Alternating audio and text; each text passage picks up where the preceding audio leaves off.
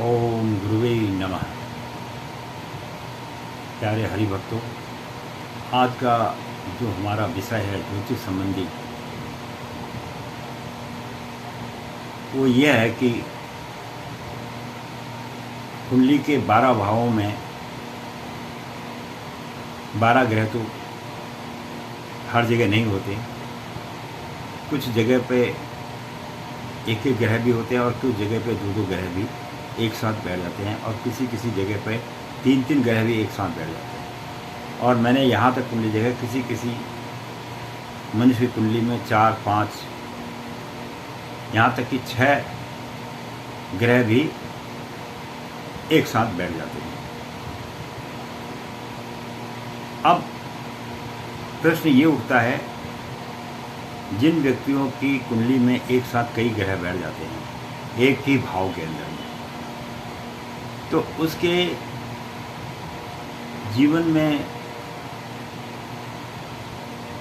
क्या बदलाव और क्या चढ़ाव आते हैं, उस विषय में थोड़ा सा मैं आज आपको अपने मुखार बिंदु से थोड़ा सा ज्ञान देने की कोशिश करता हूँ। अब हमारे काल पुरुष की कुंडली में 12 घर होने के बाद किसी घर में एक साथ 2 ग्रह बैठ जाते हैं। आज जैसे बुध और सूर्य बैठ गए तो वो एक राजयोग बना देता है। पिछली वीडियो में मैंने आपको बताया था कि ग्रह नीच और उच्च भी होते हैं। अब जहाँ वो ग्रह बैठे हैं, क्या वास्तव में वो स्थान उसका ग्रह का अपना घर है या वो किसी के घर में जाके बैठा है? तो आप ये मान के चलिए कि अगर आप अपने घर में बैठते हैं तो आप कितना अपने आप में आनंददायक महसूस करते हैं। और अगर आप किसी के यहाँ जाते हैं तो कुछ समय के लिए तो आपको आनंद आता है, लेकिन बाद में आपको वहाँ पर कई चीज़ों की समस्या सामने आ जाती है। अब 2 ग्रह एक साथ बैठ जाएं, अब चंद्र और राहु एक साथ बैठ गए या चंद्र केतु एक साथ बैठ गए, तो एक ग्रह अच्छी प्रकृति का और दूसरा क्रूर प्रकृति का हो तो वहाँ पर उस व्यक्ति के जीवन में क्रोध तो उत्पन्न होगा ही होगा। और अगर हमारे एक घर को आप ले लें और उस घर में हम एक तरफ एक संत महात्मा को बिठा दें, एक तरफ हम किसी सिद्ध पुरुष को बिठा दें, एक तरफ हम अन्यायी पुरुष को बिठा दें, एक तरफ हम किसी साधु महात्मा को बिठा दें, इस प्रकार से अगर घर के अंदर में अलग अलग, एक ही घर में अलग अलग प्रकृति के ग्रह बैठ जाएंगे और उनका स्वभाव अलग अलग है, तो वह सब अपनी अपनी चाल दिखाते हैं। वह चाल मनुष्य के जीवन में उसको धरातल पर भी ले आती है और कई बार सारी जगह अगर एक ग्रह, अगर उच्च ग्रह ही एक साथ बैठ जाए तो आदमी की किस्मत को खोल के रख देती है। तो इस प्रकार जो है इन ग्रहों का अपने में बड़ा विशेष महत्व है।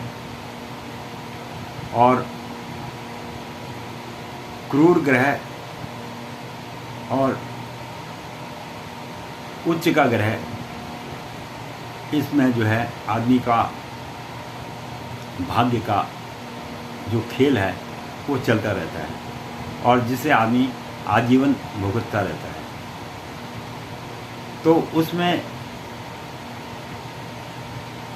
तो एक ही चीज़ है कि उन ग्रहों को भी नमस्कार किया जाए जो उच्च के हैं, जो ग्रह नीच के हैं उनको भी नमस्कार किया जाए।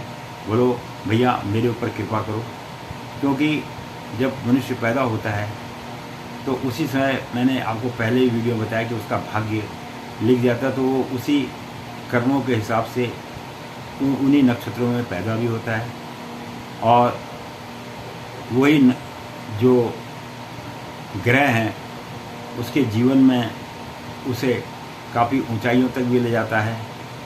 और इस प्रकार आपने देखा होगा कि मनुष्य तो बहुत सारे हैं, लेकिन सबकी प्रवृत्ति अलग अलग है। कोई संगीतकार है, कोई जो है आपका नृत्य कला में निपुण है, कोई खेल में निपुण है, और कोई नेताशाही में निपुण है, कोई विद्या अध्ययन करने में निपुण है। तो इस प्रकार जो आदमी जिस समय पैदा होता है उस समय ग्रहों की जो स्थिति है उसको देखते हुए उसके जीवन का खेल की शुरुआत होती है।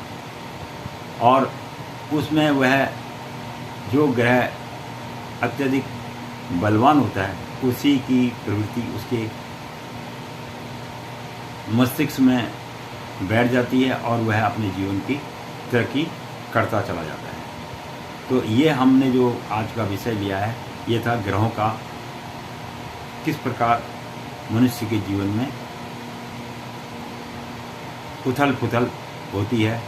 इसके साथ ही मैं वाणी को विश्राम देता हूँ और अगली वीडियो आपको मैं दूँगा जिसमें कि जो है और भी कुछ ग्रहों के विषय में और ज्योतिष विद्या के बारे में आपको थोड़ा बहुत ज्ञान दिया जाएगा। धन्यवाद।